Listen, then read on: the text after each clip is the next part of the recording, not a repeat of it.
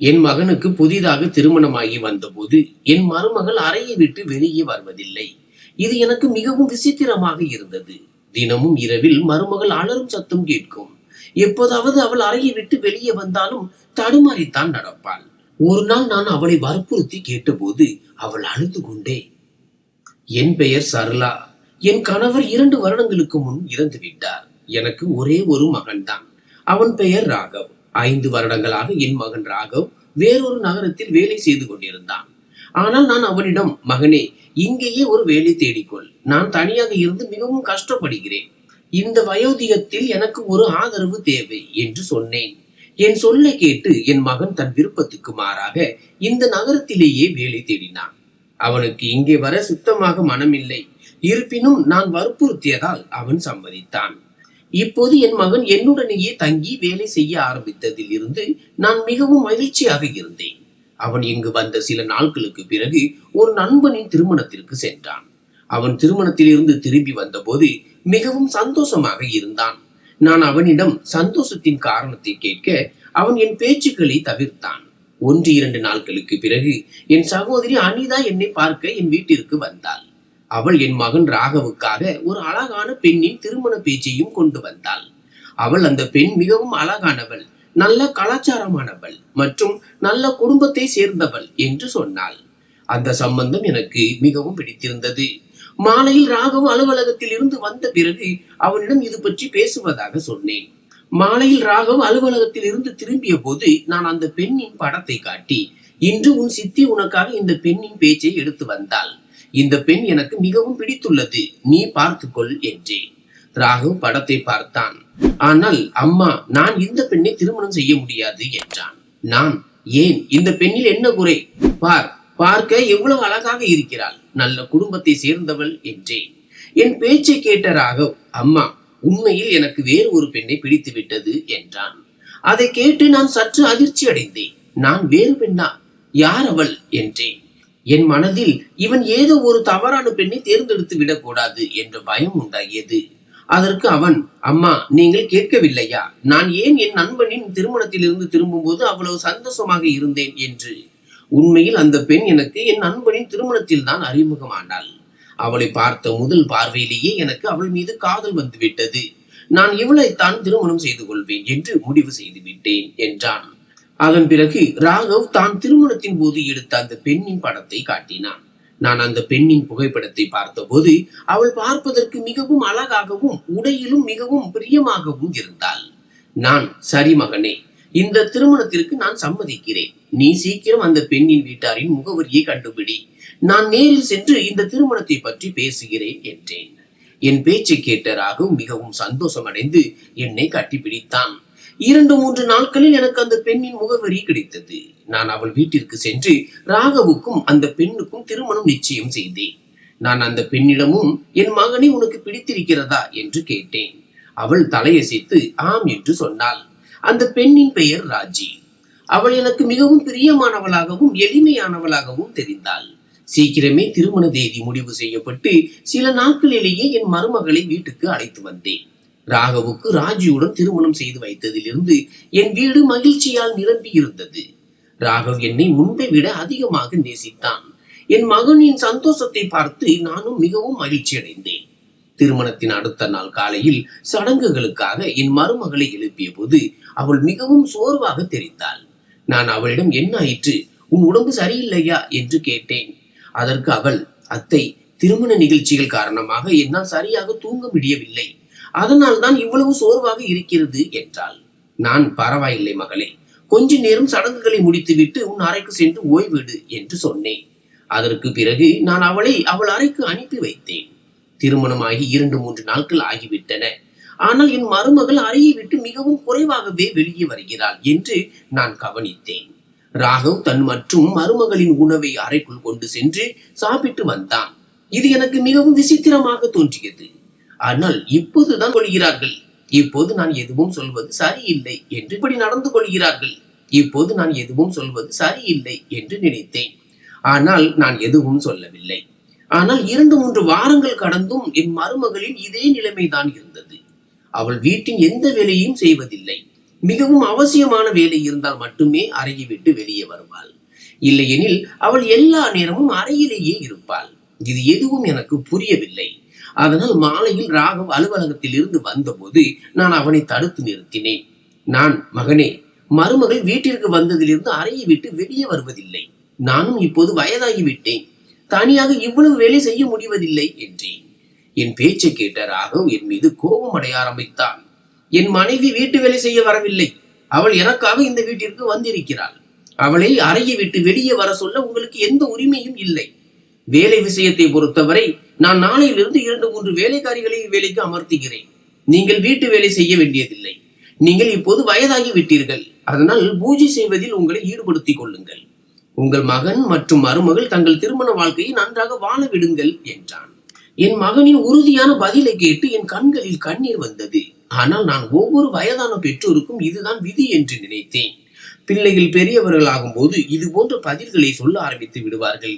ஏனென்றால் பெரியவர்களாகிவிட்டால் பெற்றோரிடமிருந்து அவர்களுக்கு தேவையான அனைத்து தேவைகளும் பூர்த்தியாகிவிட்டன. அதனால் பெற்றோரின் தேவை குறைய ஆரம்பிக்கிறது. ராகவிடம் எதுவும் சொல்லாமல் இருப்பதே நல்லது என்று நான் நினைத்தேன். அதனால் அமைதியாக இருப்பதே சரி என்று நான் கருதினேன். அடுத்த நாளில் இருந்து என் வீட்டில் சமையல் செய்பவர், துடைப்பவர், பாத்திரம் கழுவுபவர் என வேலைக்காரிகள் வந்து விட்டனர். இப்போது எனக்கு எந்த வேலையும் இல்லை. ஆனால் சில நாட்களாக நான் கவனித்தேன். மருமகள் எப்போது அறையை விட்டு வெளியே வந்தாலும் அவள் நொண்டி நொண்டி அல்லது தடுமாறி நடந்தாள். அவள் ஏனோ மிகவும் நோய்வாய்ப்பட்டவள் போல் தெரிந்தாள். இவளுக்கு இப்போதுதான் திருமணம் ஆகியுள்ளது. புதிய மருமகளின் முகத்தில் நிறைய பொலிவு இருக்க வேண்டும். பிறகு என் மருமகளுக்கு திடீரென்று என்ன ஆனது? ஏதேனும் நோய் வந்து விட்டதா என்று எனக்கு எதுவும் புரியவில்லை. ராகவும் சில வாரங்களாக அலுவலகத்தில் அடிக்கடி விடுப்பு எடுத்து வந்தான். விடுப்பு எடுத்துவிட்டு அவன் நாள் முழுவதும் அறைக்குள்ளேயே இருந்தான். சில நாட்களில் அலுவலகத்திற்கு சென்றாலும் சீக்கிரமே அலுவலகத்தில் இருந்து வந்து விடுவான். இது எதுவும் எனக்கு புரியவில்லை. ராகவ் இதே போல நடந்து கொண்டால் வேலையிலிருந்து நீக்கப்படுவான் என்று நான் நினைத்து கொண்டிருந்தேன். ஒரு நாள் ராகவ் அலுவலகத்திற்கு சென்ற பிறகு நான் சமயம் பார்த்து உடனடியாக என் மருமகளின் அறை கதவை தட்டினேன். அவள் கதவை திறந்த போது அவளது முகத்தை பார்த்து நான் அதிர்ச்சி அடைந்தேன். அவளது கண்களுக்கு கீழே ஆழமான கருவளையங்கள் இருந்தன. மேலும் விசித்திரமான சிவப்பு சிவப்பு நிற காயங்கள் அவள் உடலில் இருந்தன. நான் அவளை மெதுவாக அவளது அறையை விட்டு வெளியே ஹாலுக்கு அழைத்து வந்தேன். அவளால் இன்னும் சரியாக நடக்க முடியவில்லை. நான் அவளை அன்புடன் உட்கார வைத்து, மருமகளே, உனக்கு புதிதாக திருமணமாகி உள்ளது என்பதை நான் புரிந்து கொள்கிறேன். இதில் ஒவ்வொரு கணவன் மனைவியும் ஒவ்வொரு நிமிடமும் ஒருவருக்கொருவர் துணையாக இருக்க வேண்டும் என்றும் ஒருவருக்கொருவர் காதலில் மூழ்கி இருக்க வேண்டும் என்றும் நினைக்கிறார்கள். ஆனால் வெறும் அன்பால் மட்டும் வயிறு நிரம்பாது. ராகவ் இதே போல இவ்வளவு விடுமுறைகள் எடுத்தால் அவன் தன் வேலையை இழக்க நேரிடும். அவன் என் பேச்சை கேட்பதில்லை. ஆனால் நீ புத்திசாலி. நீ ஏன் அவனுக்கு புரிய வைக்கவில்லை என்றேன். என் பேச்சை கேட்ட ராஜியின் கைகள் திடீரென்று நடுங்க ஆரம்பித்தன.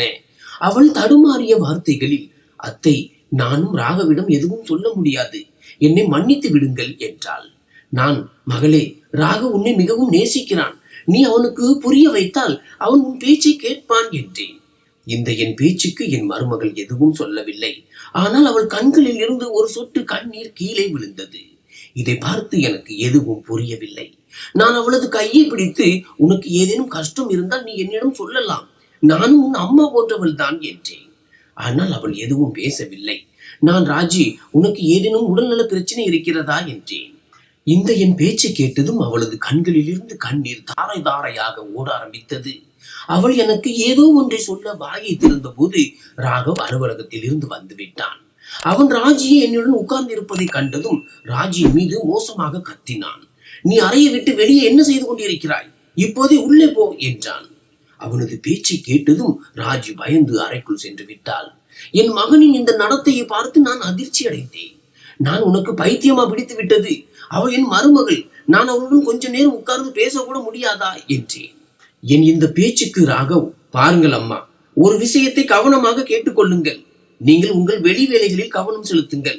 எங்கள் கணவன் மனைவிக்குள் நீங்கள் வர வேண்டியதில்லை என்றான். நான், உனக்கு பைத்தியம் பிடித்து விட்டதா? உனக்கு ராஜியின் நிலைமை தெரியவில்லையா என்றேன். அவன் என்னிடம், அவளது நிலைமை எனக்கு நன்றாக தெரியும். நான் அவளை நன்றாக கவனித்துக் கொண்டிருக்கிறேன். அதனால் நீங்கள் அவளை பற்றி கவலைப்பட வேண்டாம் என்றான். அதன் பிறகு ராகவ் தட்டில் உணவை போட்டுக்கொண்டு தன் அறைக்கு சென்றான். இதெல்லாம் என்ன நடக்கிறது என்று எனக்கு எதுவும் புரியவில்லை.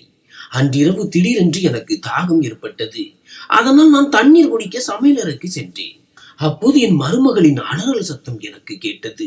நான் மெதுவாக சென்று என் மகனின் அறைக்கு வெளியே நின்றேன். என் மருமகளின் அலறல் சத்தங்கள் வந்து கொண்டிருந்தன. இப்போது எனக்கு மிகவும் விசித்திரமாக தோன்றியது. என் மகன் என்ன செய்கிறான்? இதனால் என் மருமகளின் இந்த நிலைமை ஆகிறது என்று எனக்கு எதுவும் புரியவில்லை. நான் நாளை எப்படியும் இந்த விஷயத்தை பற்றி ராகவிடம் பேச வேண்டும் என்று முடிவு செய்தேன். அடுத்த நாள் காலையில் நான் ராகவின் அறை கதவை தட்டினேன். அவன் பாதியளவு கதவை திறந்தான். நான் என் மருமகளுடன் பேச வேண்டும் என்றேன். அதற்கு அவன், உங்களுக்கு ஒரு முறை சொன்னால் புரியாதா? நான் என் மனைவியுடன் அதிக நேரம் செலவிட விரும்புகிறேன் என்று சொன்னேன் அல்லவா? ஆனால் நீங்கள் உங்கள் மகன் மருமகளை நிம்மதியாக வாழ விட மாட்டீர்கள் போல என்றான். நான் இந்த நேரத்தில் என் மருமகளுக்கு என் தேவை இருப்பதாக நான் நினைக்கிறேன் என்றேன். அதற்கு அவன், அம்மா, நான் உங்களிடம் கடைசியாக சொல்கிறேன்.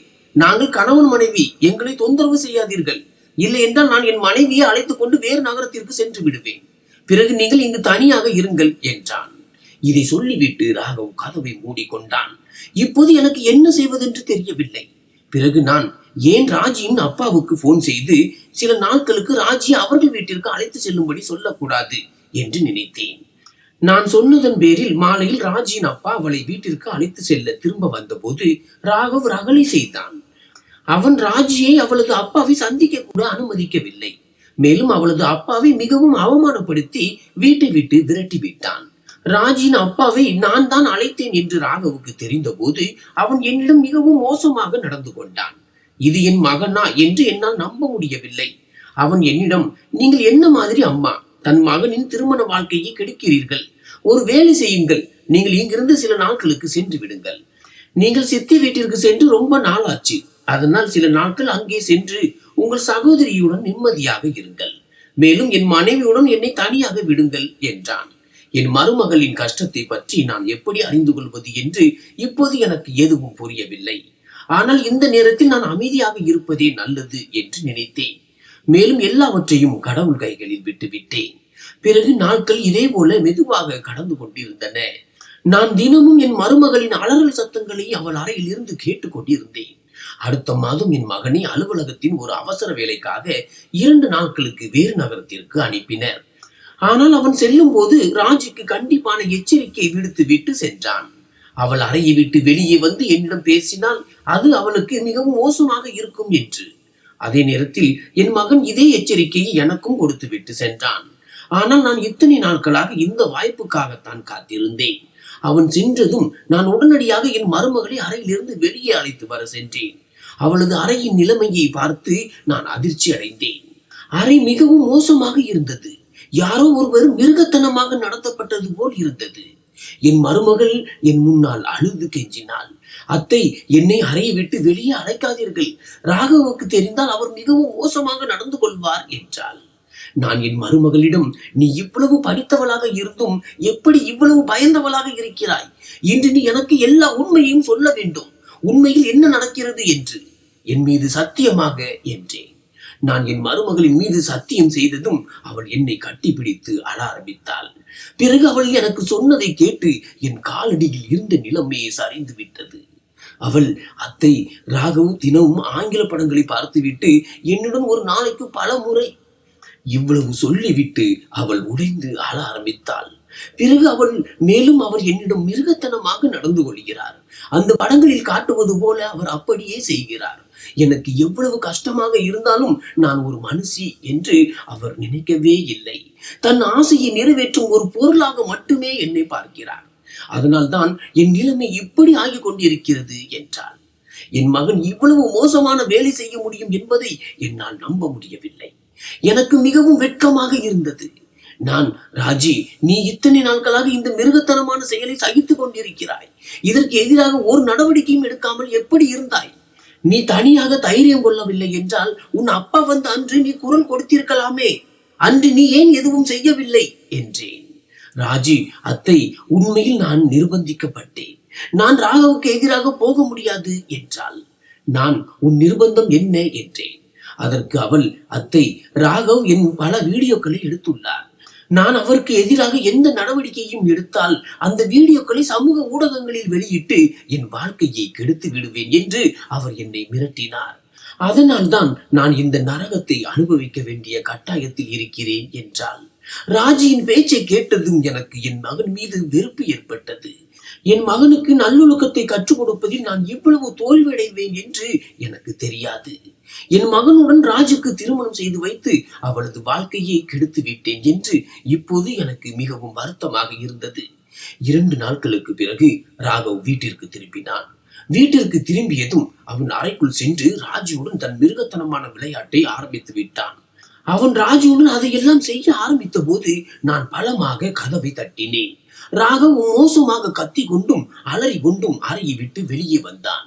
ஆனால் அவன் என் மீது கோபத்தை காட்டுவதற்கு முன் அவன் கன்னத்தில் ஒரு சவுக்கடி போல் அறை விழுந்தது.